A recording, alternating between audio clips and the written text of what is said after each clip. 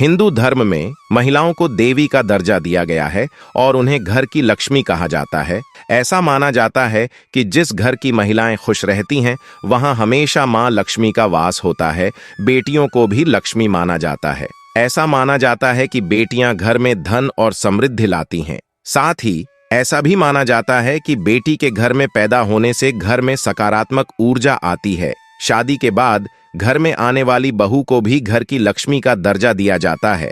माता लक्ष्मी कहती है, घर की यह 5 चीजें कभी दूसरों को नहीं देनी चाहिए। आज हम आपको मां लक्ष्मी की एक प्राचीन कथा सुनाने जा रहे हैं। इस कथा के माध्यम से आपको पता चल जाएगा कि एक स्त्री को अपने घर की कौन सी चीजें दूसरों को नहीं देनी चाहिए। जो भी स्त्री यह चीजें दूसरों को दे देती है, मां लक्ष्मी उसके घर को छोड़कर चली जाती है। इसीलिए दोस्तों, आप इस कथा को पूरा जरूर सुनें, क्योंकि आधा अधूरा ज्ञान घातक होता है। जो भी इस कथा को पूरा सुनता है, मां लक्ष्मी उसकी झोली खुशियों से भर देती है। तो चलिए बिना देरी किए आपको वह प्राचीन कथा सुनाते हैं। दोस्तों, पूर्व काल की बात है। मध्य देश में एक अत्यंत शोभायमान नगरी थी। उस नगरी में एक सुकन्या नाम की स्त्री अपने पति और सास ससुर के साथ निवास करती थी। सुकन्या एक पतिव्रता नारी थी जो सत्य धर्म का पालन करने में तत्पर और गृह कार्य में दक्ष थी।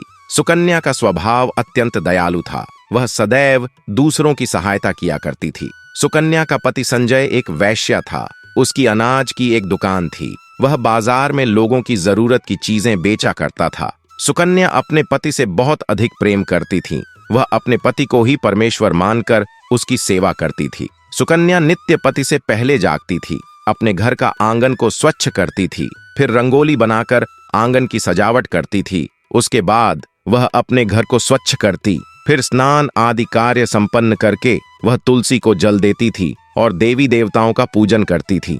इस प्रकार से वह रोज अपने नित्य कर्म करती थी। सुकन्या ने कभी किसी का अनादर नहीं किया। वह सभी के साथ मधुर वाणी में बातें करती थी। सभी लोग सुकन्या को देखकर कहने लगे थे कि यह तो साक्षात लक्ष्मी के समान गुणों वाली स्त्री है। यह अपने परिवार का कितने अच्छे से ख्याल रखती है। इसके अलावा सुकन्या दान धर्म करते समय कभी अपने हाथ पीछे नहीं खींचती थी।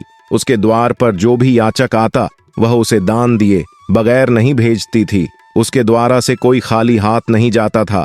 जो भी भूखा उसके द्वार पर आता तो वह भरपेट भोजन करके ही लौटता था, जिससे उसके द्वार पर आए हुए सभी याचक अत्यंत प्रसन्न होकर उसे आशीर्वाद देकर लौट जाते थे।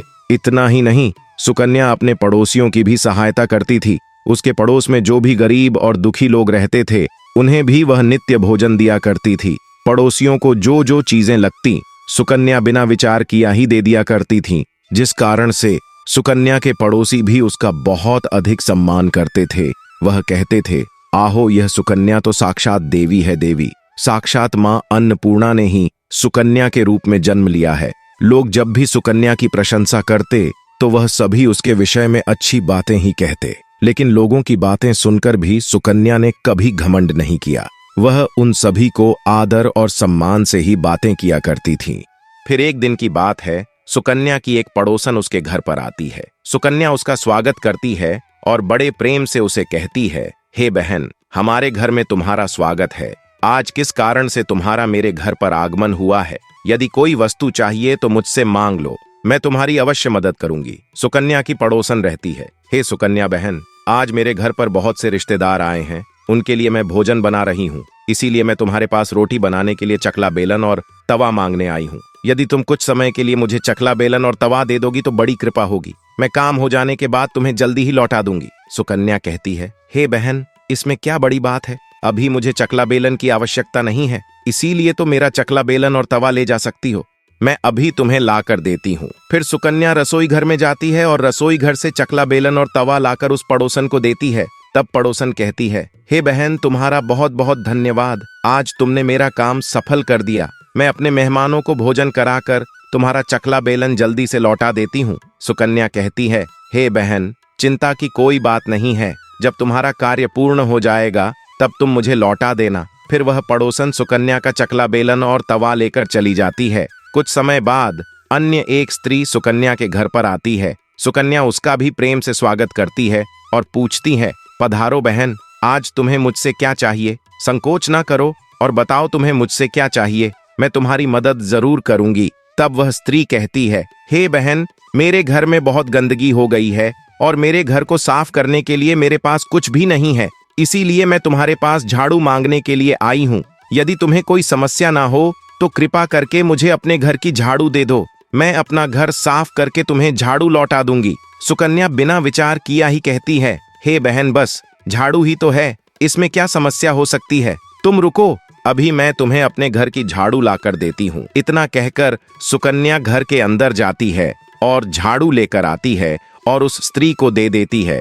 वह स्त्री सुकन्या के घर की झाड़ू लेकर चली जाती है। फिर कुछ देर बाद अन्य एक स्त्री सुकन्या के घर पर आती है। सुकन्या उसका भी बड़े प्रेम से स्वागत करती है। सुकन्या कहती है, पधारो बहन, क्या बात है, आज मेरे घर पर किस कारण से आना हुआ? तुम्हें जो कुछ भी चाहिए निसंकोच होकर कहो, मैं तुम्हारी सहायता करने का प्रयास अवश्य करूंगी। तब वह स्त्री रहती है, हे सुकन्या बहन, तुम बड़ी दयालु हो, मैंने तुम्हारे बारे में बहुत सुना है और तुम सभी की मदद करती रहती हो, इसीलिए मैं तुम्हारे पास एक छोटी सी मदद मांगने के लिए आई हूँ। सुकन्या कहती है, हे बहन, संकोच न करो, तुम्हें जो कुछ भी चाहिए मांग लो, यदि मेरे बस में होगा तो मैं मना नहीं करूंगी, मैं तुम्हारी सहायता अवश्य करूंगी। तब वह स्त्री कहती है, हे सुकन्या बहन, आज मेरी बेटी को देखने के लिए लड़के वाले आ रहे हैं, इसीलिए मैं चिंता में हूँ। मेरे पास पहनने के लिए एक भी गहना नहीं है, तो मैं अपनी बेटी को क्या दूं?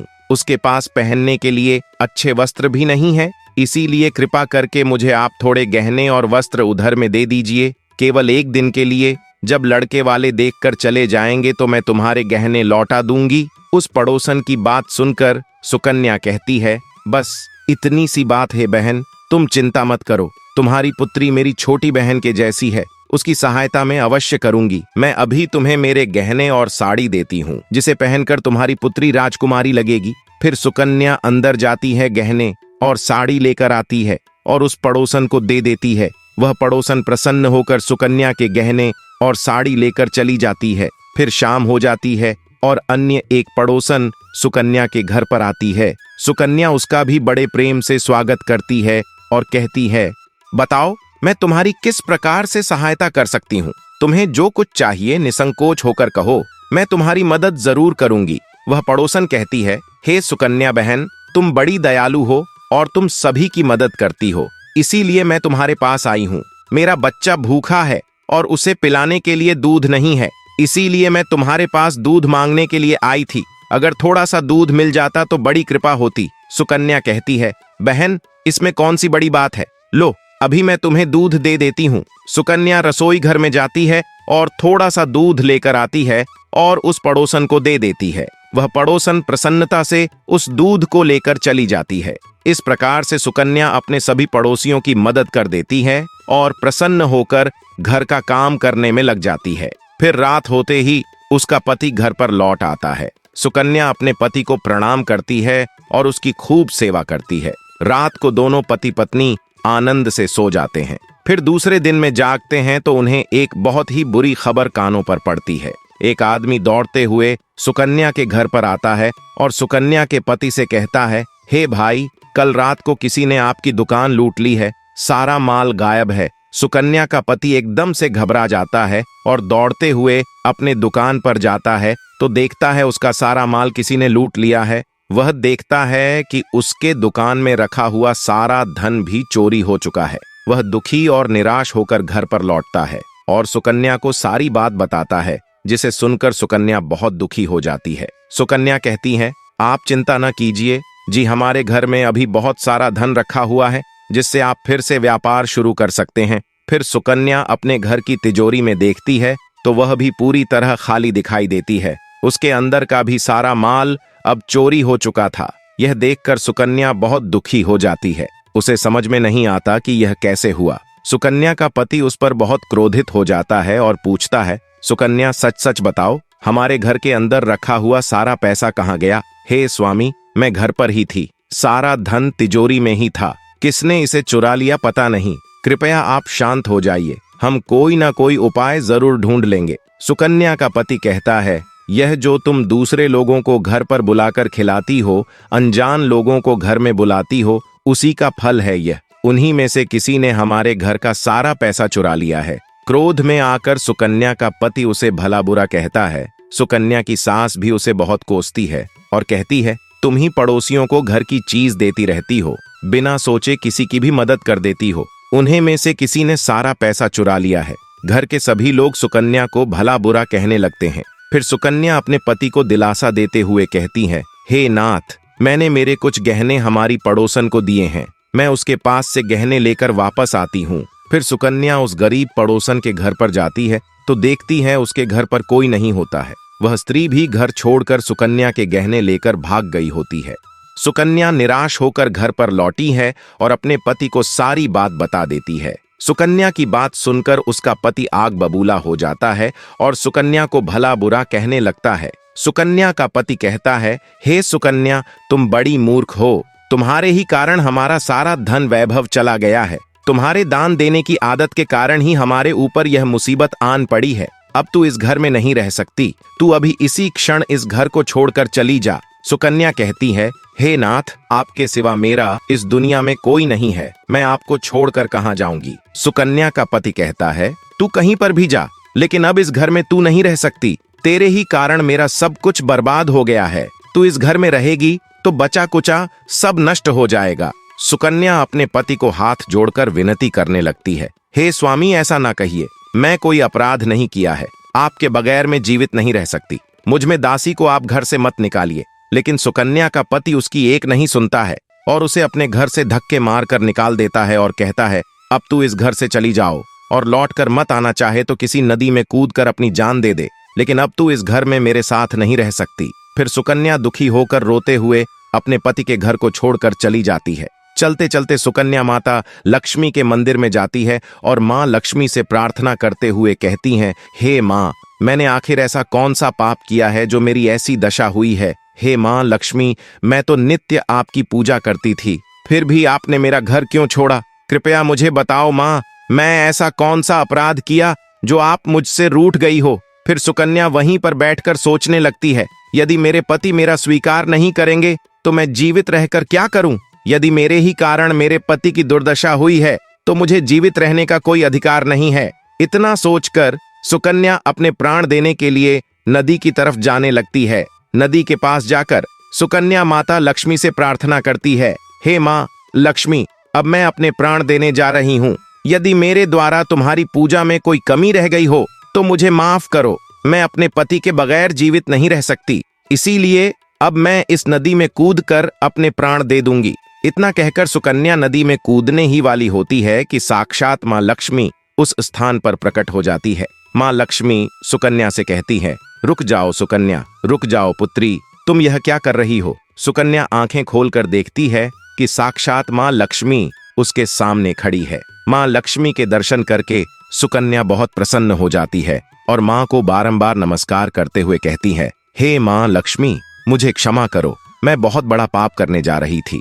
देवी लक्ष्मी कहती है, हे सुकन्या, मनुष्य को स्वयं अपने प्राण नहीं लेने चाहिए, यह महापाप है। ईश्वर ने जो शरीर प्रदान किया है उसे ऐसे नष्ट नहीं करना चाहिए। सुकन्या कहती है, हे माँ, मैं विवश हूँ, मेरे पति ने मेरा त्याग किया है और स्त्री को अपने पति को छोड़कर नहीं रहना चाहिए। मैं अपने पति को छोड़कर जीवित नहीं रह सकती, इसी कारण से अपने प्राण देने जा रही हो। देवी लक्ष्मी कहती हैं, हे सुकन्या, मैं सब कुछ जानती हूँ और यह भी जानती हूँ कि तुम्हारे पति ने तुम्हारा त्याग क्यों किया है।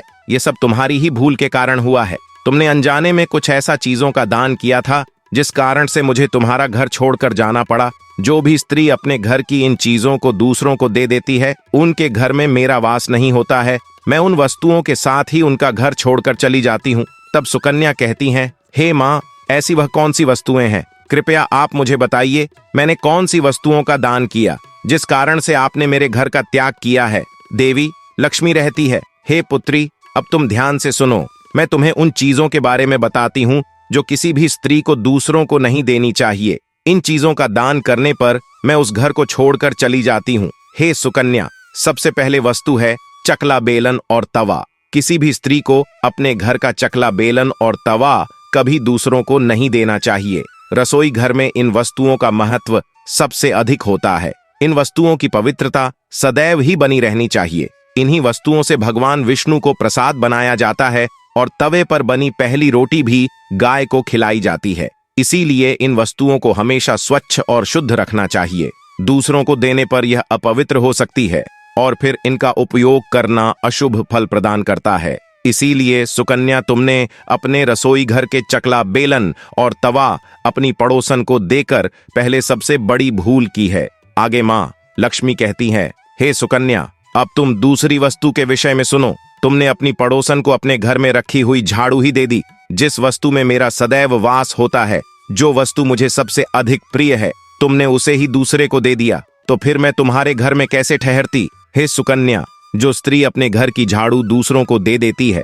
मैं उसके घर को त्याग देती हूँ। झाड़ू से घर की स्वच्छता की जाती है और जहां पर स्वच्छता होती है उसी स्थान पर मेरा वास होता है।